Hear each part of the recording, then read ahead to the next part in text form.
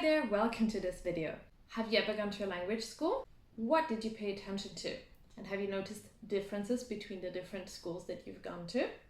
In this video, I would like to share my experience of having studied Italian at a language school in Genoa in Italy and Japanese at a Japanese language school in Kyoto. Now, as some of you might know, I'm actually a language school teacher myself. I've been teaching English and German for about 10 years, and I have had my fair share of working at different establishments. So I also have experience from the lens of a teacher as well as from the lens of a student. So first of all, it's always interesting to be on the other side. As a teacher, you have a clear idea of how you would like to teach your students, and going to a language school made me incredibly nervous because I thought, oh, what if I don't like the methodology of the teachers? What if I think that they don't teach the right way? So I actually selected my school very carefully. The school I selected in Italy, I chose because it promoted its so-called communicative approach. I was at a point in Italian where I had self-studied for about a year. I had used apps and books and online courses, and I had had some lessons with an Italian teacher. So what was important for me was to really activate my speaking. I'd had some speaking experience with my teacher, but I really wanted to speak as much as I could. I didn't want to go through the grammar rules again because I had lots of material and I had lots of time to do so, so I really just wanted to put my grammar knowledge into words. Thus, I selected this school in Italy. Now, with Japanese, my goal was a bit different. I had previously lived in Japan for several years as an English teacher, and I do have some conversational Japanese.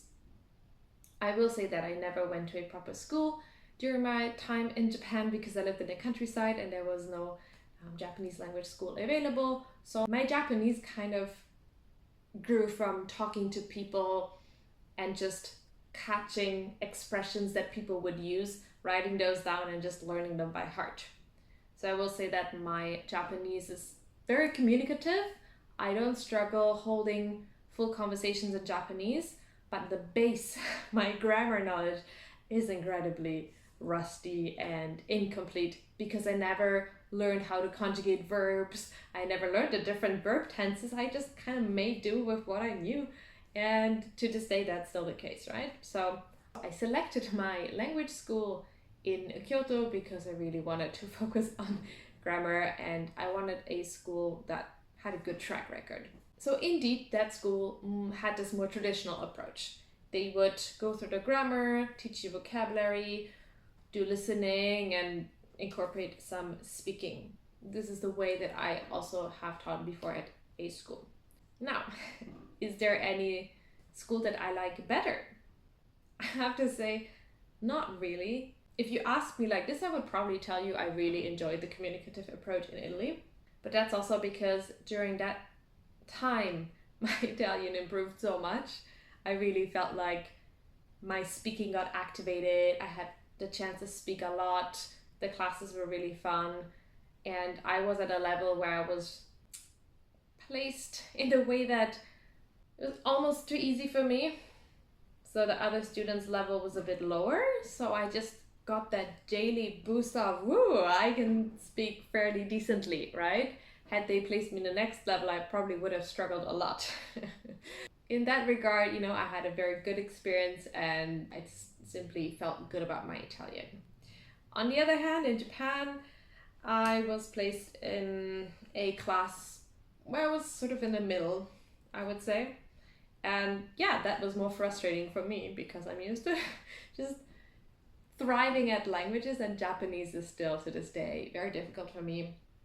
And I really had to work on grammar that I should have studied years before, right? It's very hard to get rid of mistakes that you have been making for a long time, which is why my Japanese study is more frustrating.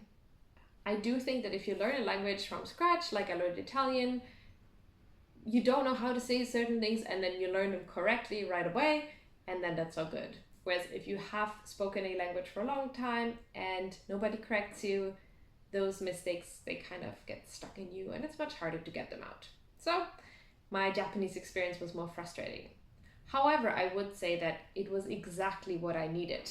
I did talk to the teachers, they were actually there to help me with concerns, and they were also saying, well, you know, for you, this is to fine-tune your grammar, and this is why this level is good for you, which they were absolutely right about. Even though I had to admit that that was it was like a higher beginner's level. Okay, so the reason why I shot this video is to show you that there are really big differences when it comes to language learning and language schools, right? I think a lot of us have probably quite static image of a language school. I just wanted to show that there's different ways and that you do have the option to choose and select, right? And I also think that you have to think where you are.